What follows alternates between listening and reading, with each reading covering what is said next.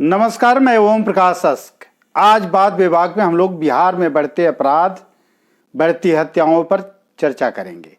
दरअसल पिछले 24 घंटों के दौरान बिहार में अपराधियों ने इस कदर का तांडव किया कि लगभग 2.5 दर्जन लोगों की मौत हो चुकी। कहीं एसएसपी पर फायरिंग हुई, कहीं जेल के गेट पर फायरिंग हुई अंधाधुंध, कहीं बारात पार्टी में ऑर्केस्ट्रा के दौरान फायरिंग हुई, कहीं विक्षिप्त हालत में किसी पिता ने 5 बच्चों की हत्या कर दी।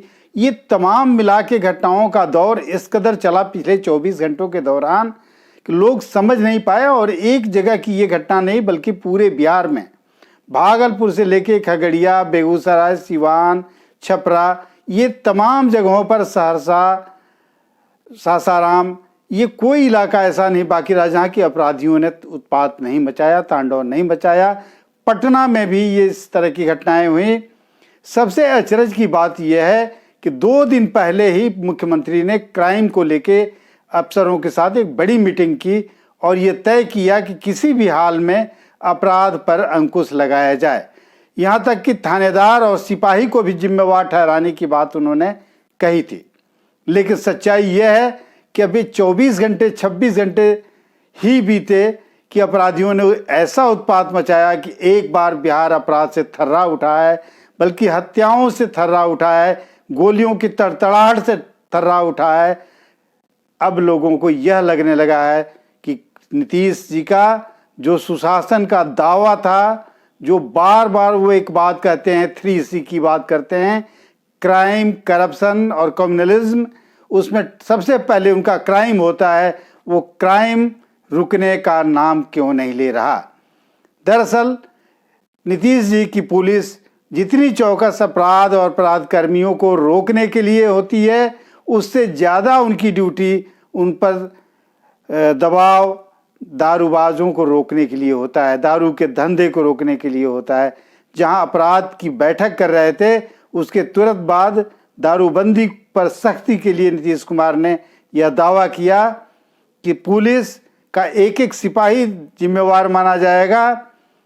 पुलिस महकमे ने यह फरमान जारी कर दिया और उसके बाद हालत ये हुई कि पिछले 24 घंटों के दौरान तकरीबन 28 लोगों की मौत हुई। ऑर्केस्ट्रा देख के लौट रहे एकमा में, सारण जिले के एकमा में 3 लोगों पर फायरिंग हुई, वैशाली जेल गेट पर फायरिंग हुई, पटना में फायरिंग हुई। सबसे अचरज की भागलपुर जिले के कहलगांव में एसएसपी की टीम पर फायरिंग हुई, हमला हुआ, जिसमें एसएसपी भी घायल हैं और कई पुलिसकर्मी भी घायल हैं। दरअसल ये अपराध रुक क्यों नहीं रहा है, इसमें 2 चीज़ें हैं। एक तो हम मान के चलना चाहिए हम लोगों को कि विपक्ष इतना ताकतवर है और इस मंशा से उसने चुनाव लड़ा था कि सरकार उसी की बनेगी। लेकिन दुर्भाग्य कहिए या लोकतंत्र की यह खूबसूरती कहिए कि वोटों की कुछ कमी से उसे दूसरे नंबर पर यानी विपक्ष में बैठना पड़ा। यह भी संभव है कि विपक्ष के लोग इससे इतना भयाक्रांत हों, इतने नाराज हों, इतने गुस्से में हों कि उस दल विपक्ष के समर्थक लोग ऐसे उत्पात करें तो कोई अचरज की बात नहीं होगी। इस घटना में दूसरी आशंका यह है कि लोगों का संपत्ति विवाद इस कदर है बिहार में, जमीन का विवाद इतना है जिसके हल के लिए नीतीश जी ने जमीन की रजिस्ट्री की भी व्यवस्था की, बंटवारे की व्यवस्था की, रजिस्ट्री सस्ता भी कर दी कि बंटवारे की ज़मीन की रजिस्ट्री हो जाए और ये झगड़े जो ज़मीन को लेके होते हैं वो ख़त्म हो जाएं। लेकिन वो झगड़े अभी भी हो रहे हैं। पारिवारिक तंगी, सुसाइड, इस तरह के मामले भी लगातार आ रहे हैं। यानी मौतों का आंकड़ा, अपराधियों का आंकड़ा, अपराध कर्मियों का मनोबल इस कदर बढ़ गया है कि उस पर कहीं अब रोक टोक लगने की बात नहीं हो रही है। इसलिए नीतीश जी को पहले फेज, मैं बार बार दोहराता रहा हूँ इस चैनल पर कि 2005 से 2010 के दौरान जितना सख्त नीतीश जी का शासन था, जिसमें अपराधी भय से कांपते थे, बल्कि यह कहिए कि अपराधी बिहार छोड़कर भाग खड़े हुए थे, दूसरी जगह शरण स्थली उन्होंने खोज ली थी। वे अपराधी अब उनके उस इकबाल में नहीं आते। अब नीतीश जी का वैसा इकबाल क्यों नहीं रहा, यह अचरज की बात है। वही सत्ता है, वही समर्थन है, उनकी वही पुलिस है।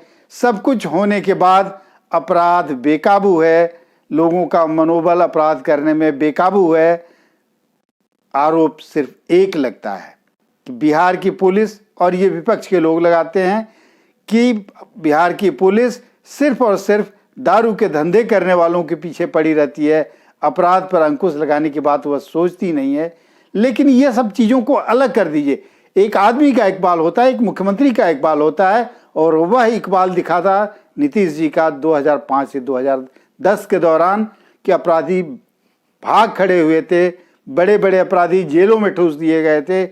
और आज जो देर रात तक लोगों की आवाजाही सड़कों पर हो रही है, जो बिजली का उजाला फैला हुआ है, वो उनकी वजह से हुआ था।